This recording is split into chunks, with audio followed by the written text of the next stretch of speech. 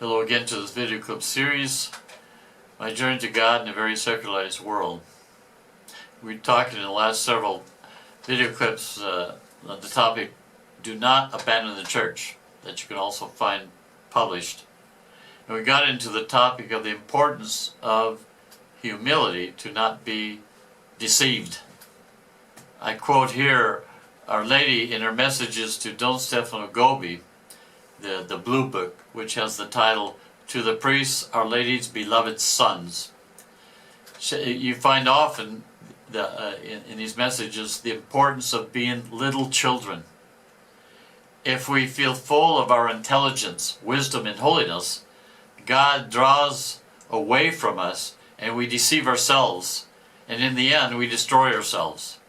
As Jesus said in Matthew 18, Truly I say to you, unless you turn and become like children, you will never enter the kingdom of heaven. St. Augustine tells us, it was pride that changes angels into devils. It is humility that makes men as angels. Humility is the foundation of all the virtues.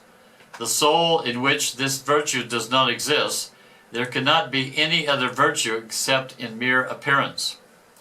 There is something in humility that strangely exalts the heart. This is the very, very perfection of man, to find out about his own imperfections. You must be emptied of that which you are full, that you may be filled with that which you are empty. How can we do great things for God? Begin with the least. This is simply Augustine talking. First, think of the foundation of humility. The greater the building is to be, the deeper you dig the foundation. For once your foundation is set, the height to which you can build has been determined. You want a tower that will pierce the clouds? Lay first the foundation of humility. Humility must accompany all of our actions. For as soon as we glory in our good works, they are of no further value for our advancement in virtue. Thus, the more truth and means of sanctification we have received, we must have more humility, not less. Otherwise, we'll end up using what we have received from God against God and against our neighbor, precisely in the name of God, disguised as an angel of light, in triumphalism, clericalism, and juridicalism. Our Lady communicated to Don Stefano Gobi the message of November 22, 1992. She said, My beloved ones and children, consecrated to my Immaculate Heart, listen to the words of your Heavenly Mother, who is gently preparing you and leading you to live through these events, because the times which were foretold to you by the prophet Zechariah have now come. And then she quotes Zechariah, An oracle of the Lord. I will strike the shepherd, and the sheep will be completely scattered. And then I will turn my hand against the little ones. An oracle of the Lord in all the land. 2/3 of them will be cut off and perish, and 1/3 shall be left. I will pass this third through fire. I will refine it as silver is refined, test it as gold is tested. It will call upon my name, and I will hear it. I will say, This is my people, and it will say, The Lord is my God. This is Zechariah chapter 13, verses 7 to 9. You know, taking a look at these verses here, where it says, I will strike the shepherd, and the sheep will be completely scattered, and then it will turn my hand against the little ones. I believe that this coincides well with the prophecies of the false pope who will corrupt the little ones, especially those who have been abandoned by their parents and their pastors, who have the vocation from God to protect the souls entrusted to them. And then the other part here, 2/3 of them will be cut off and perish. This means 2/3 will lose their mortal souls in this period. And the third that saves their souls will pass through fire. He says, I will refine it as silver is refined, test it as gold is tested.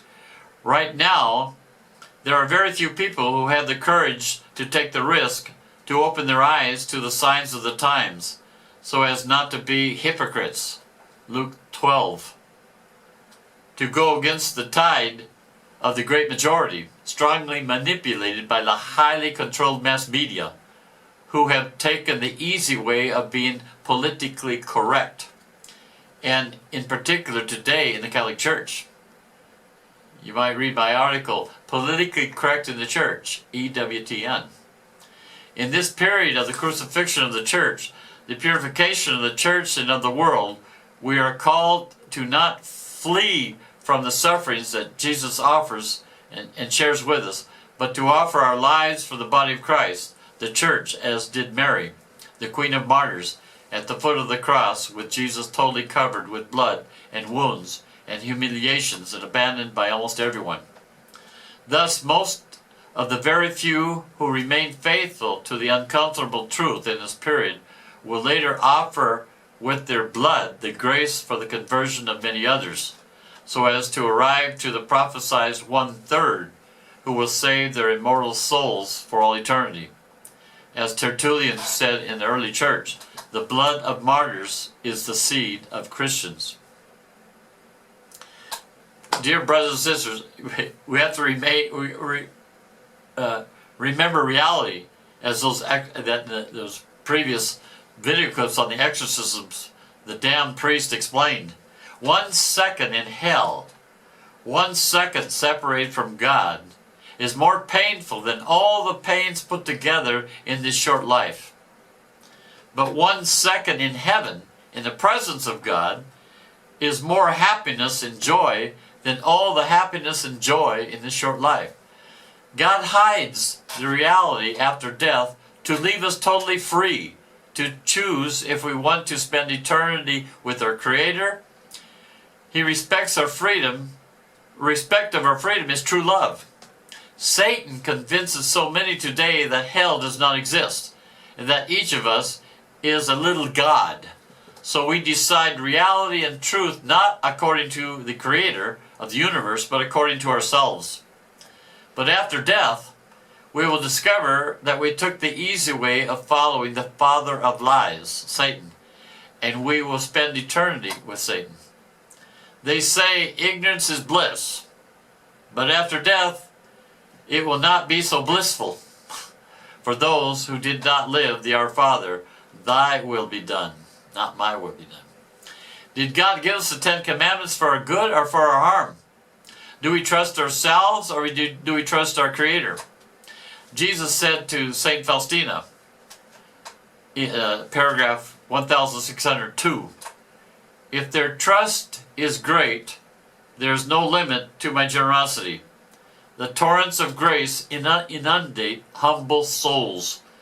The proud remain always in poverty and misery, because my grace turns away from them to humble souls. In this period, Our Lady is forming the cohort, her army, of the smallest ones. And Satan is forming the cohort, or his army, of the important, presumptuous ones. The ones who decide for themselves the truth and reality. Let us become smaller so that we will become the little children in the arms of our Heavenly Mother, so she will help us persevere in this period of the Great Tribulation. You might visit an article that I wrote, the funeral Stefano Gobi. I will end this video clip here. May God bless you and Mary guide you.